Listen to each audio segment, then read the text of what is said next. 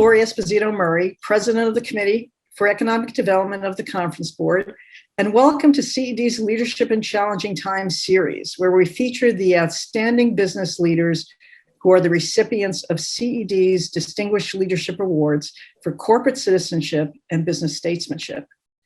This year, CED is paying special tribute to business leaders who have helped our nation navigate the many challenges before us, the pandemic, an economic recovery that provides equal opportunity for all Americans, and building a more civil and just society. Today, I have the privilege of speaking with our 2021 honoree, Judy Marks, President and CEO of Otis. Judy is leading Otis through a digital and cultural transformation that will drive its long-term success as an independent, publicly traded company. Otis is the world's leading company for elevator and escalator manufacturing, installation, and service, and is central to the vitality of cities, which will be part of our conversation today. But Judy, I'd like to start by first asking you to step back and give us your overall assessment of where you think we are as a nation. We've been in crisis before, 9/11, civil unrest for social justice, global health crises.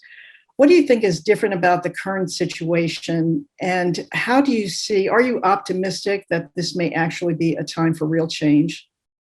Lori, it's great to be with you and the conference board. Let me just start by saying I am absolutely optimistic that this is not only a call for change, but a time to implement change. And as leaders, we not only have the ability to do it, we have the responsibility to do it.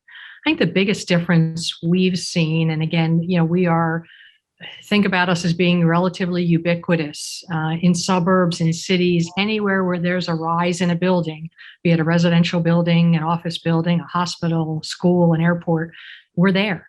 And so we have a unique vantage point to see what the future holds, but also to see incredible resilience. So we've never experienced, while all those other crises happened, I don't think any of us experienced such a precipitous change globally so quickly.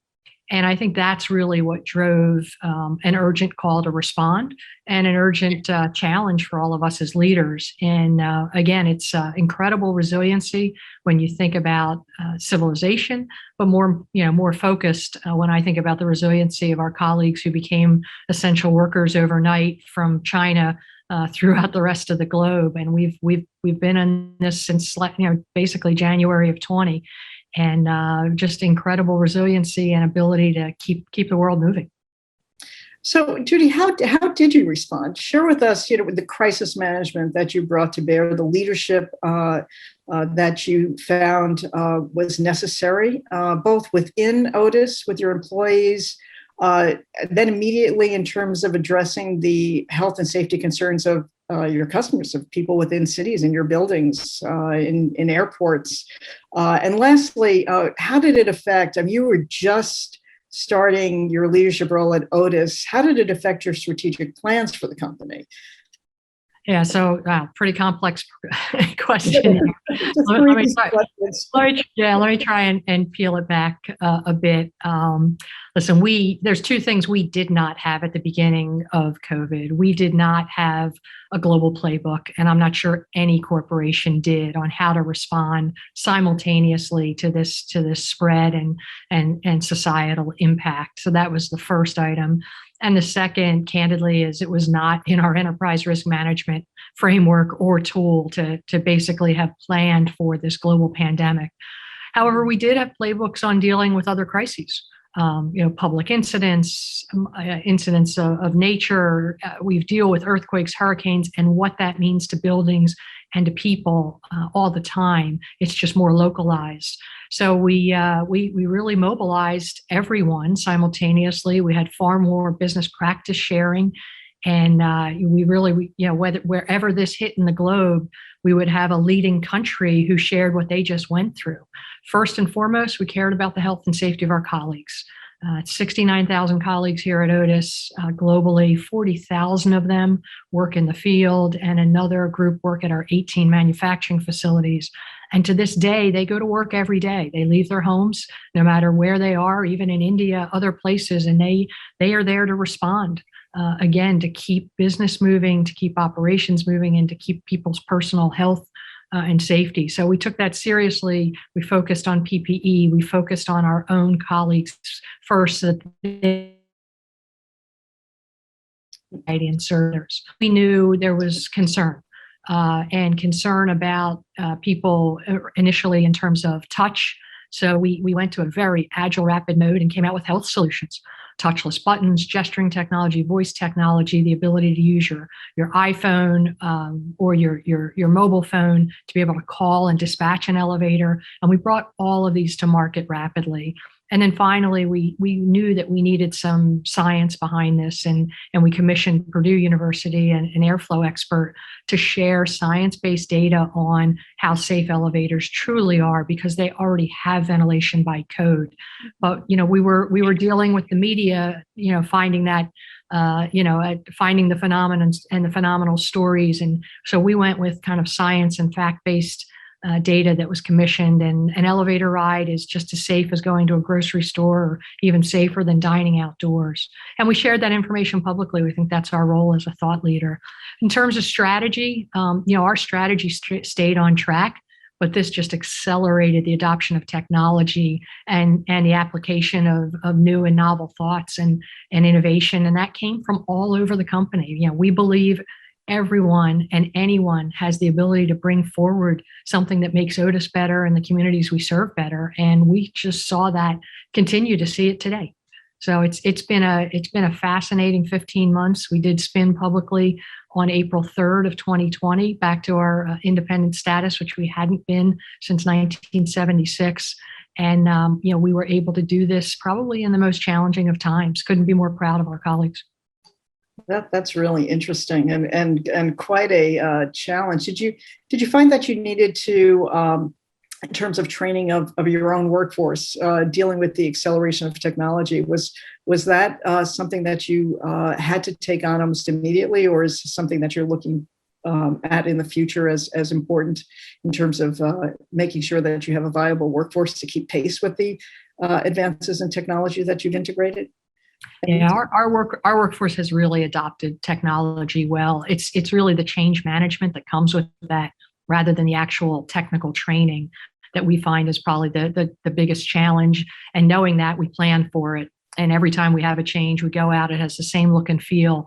But we started probably several years ago equipping our field technicians with mobile devices, with iPhones, with proprietary apps to help make them more efficient, more productive, and safer. And all of those are critical because we're in the life safety business. 2.1 million elevators we maintain and service across the globe, far larger than anyone else. And 2 billion people a day put their trust in us in terms of riding our escalators and elevators without operators, and that they're going to get to their journey safely. So we adopted technology quickly. I would tell you that the most recent advances beyond the health technology was really what we've been able to do with digital marketing and actually even digital product ordering.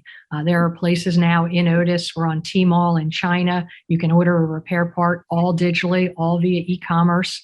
And for those companies who didn't believe industrials could be in the digital channel, we're there. You can go configure an elevator, and in India, on one of our newest entrants, we'll actually give you a price and sign you up so that we don't need human sales coverage in more remote areas, but we have the ability to deliver a product that's needed.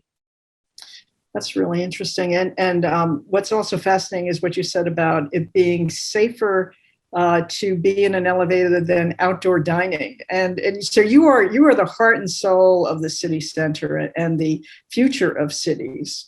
What do you see as the future of cities, both in terms of their viability post-pandemic, but also the psychological adaptations that have happened because of COVID and fears of close quarters? Yeah, so cities are pretty close to us, and we take great pride that we gave rise to the modern city. Without the Otis safety brake that was invented in 1853, we wouldn't have tall buildings. So it's something near and dear to us, and we take it with a lot of pride to understand urbanization, to understand the mega trends. Lori, cities are back. They, as we look globally, you will continue to see cities become vibrant. They're vibrant for a reason. It's places for humans to connect. It's places for commerce to happen. It's places for culture to be shared, be it in an office or in your apartment complex, condominium buildings, any building with rise. So cities will be back. They may or may not look identical. We're hoping this will give acceleration to smart cities that allow everything from mobility and traffic flow, both vertically and in our case, and horizontally. When you think about automotive, give that connection for mobility and make cities more enjoyable to live. But city population is going to continue to increase. By 2050, the UN has shared that 70% of the population of this world will be living in cities.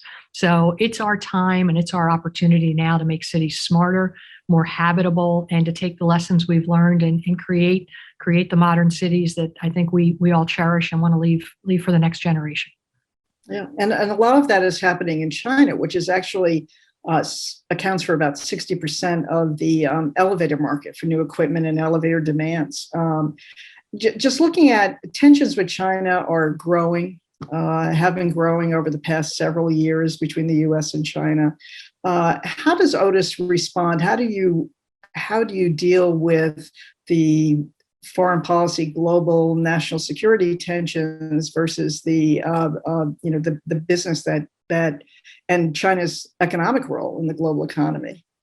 Yeah, so we have been in China since 1984. We go to market in China through joint ventures, and I'm just delighted to share that we have 15,000 Otis colleagues, Chinese nationals in China, serving China, 4 factories, and we manufacture in China for China with a Chinese supply chain. And that allows us to really follow our strategy of being globally local, to understanding the needs of a local market, to serving that local market with the local population. And our business in China is going strong. It is the largest elevator market, as you said. 60% of the new equipment segment that we all compete for is in China, both elevators and escalators. So it's an important market to us. And we focus on the market, we focus on the customers, we focus on the passengers, and we try to stay out of the national security debates and discussions.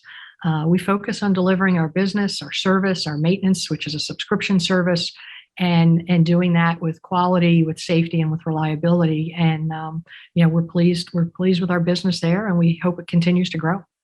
Yeah, and talking about debates, here at home, there is now a very active debate going on about the role of the CEO on social issues, being sharply debated. As CEO and president of Otis, you've had as a guiding mission benefiting society.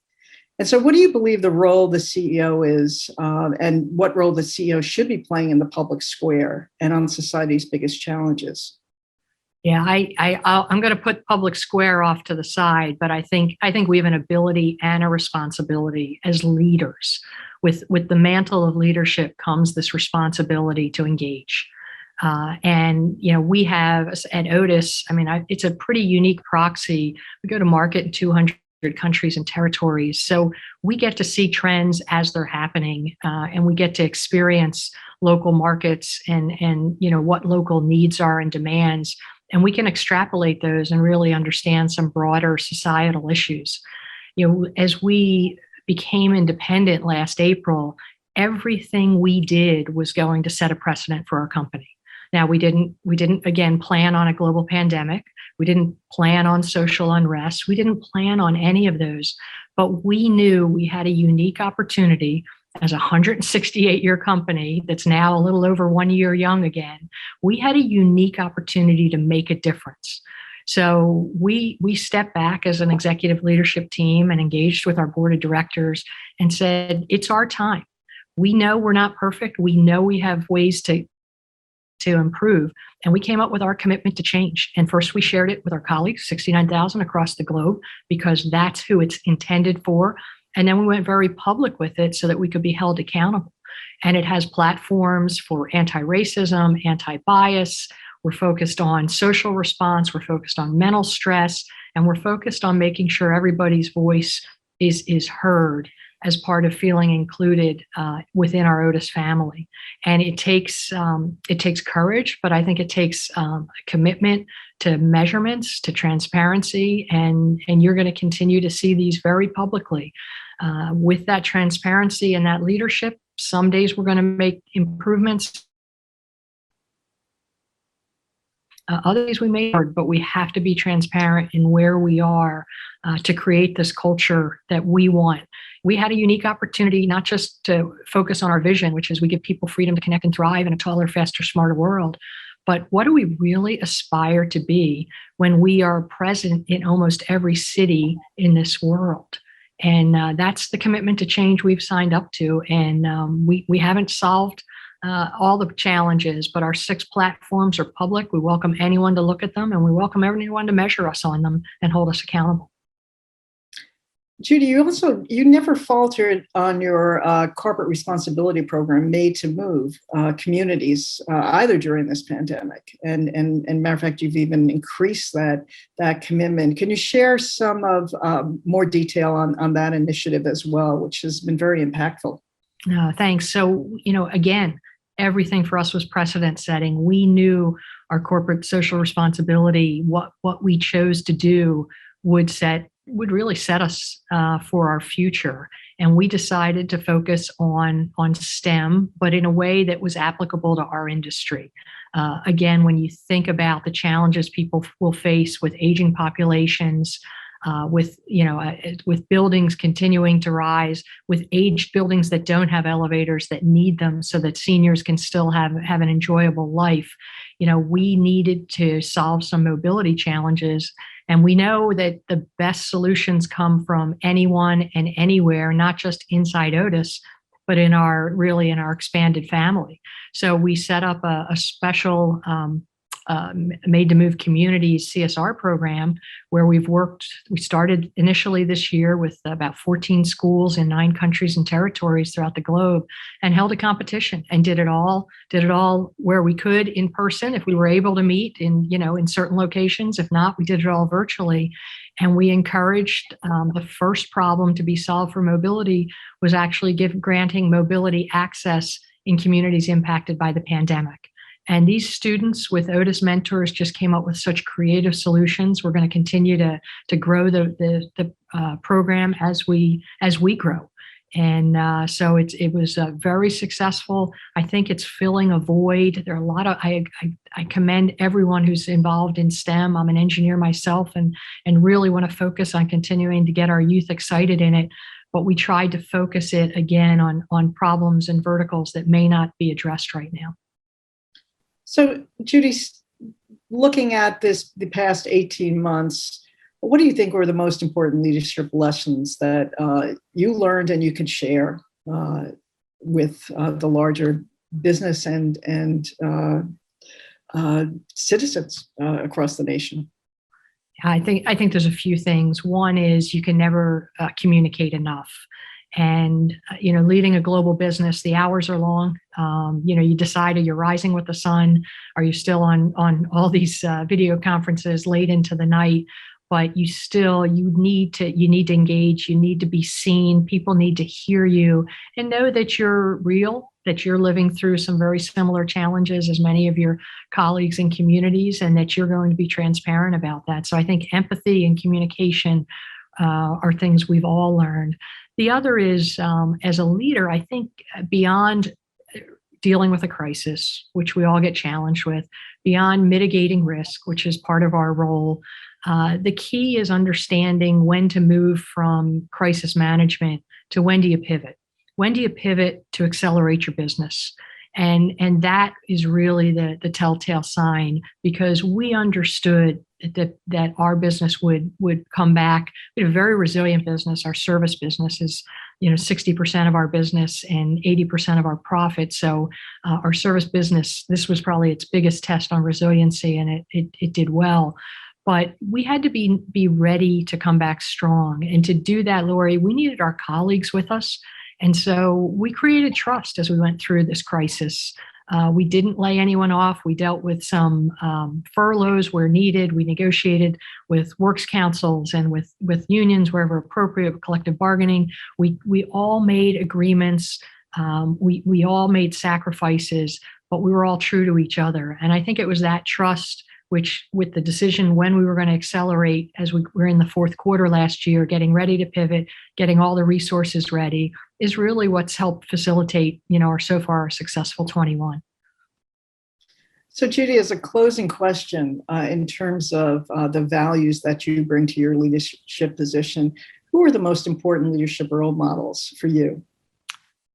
I was raised in a small family business, and I always kind of hold my father dear.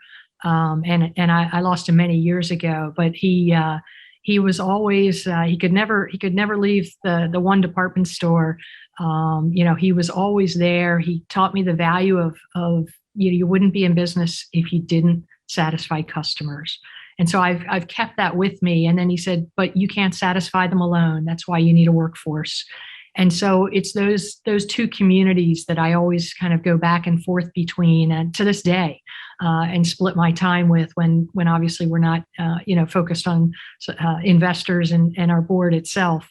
Those two have been foundational, and I think he just instilled that in me at a very young age, because that was our livelihood, and I worked there, as did my siblings behind the counters, and just really understood and took those lessons about customers and colleagues. And those two communities, if you serve them, they pay you back in return, even when there's hard times. Our customers, we made a lot of considerations for them last year, and they're with us for the long term. And we're a long-term company with a long-term strategy. Again, we've been around, but we're still the leader in our industry, and we've got lots more room for growth. Well, Judy, thank you so much for joining us. And it really is truly our privilege at the Committee for Economic Development to be honoring you this year with the Distinguished Leadership Award. Our country really needs insightful and value-based leaders, and it's our privilege to honor the legacy of our founders with presenting you with this award this year. So thank you very much. Thanks, Lori. I'm absolutely honored.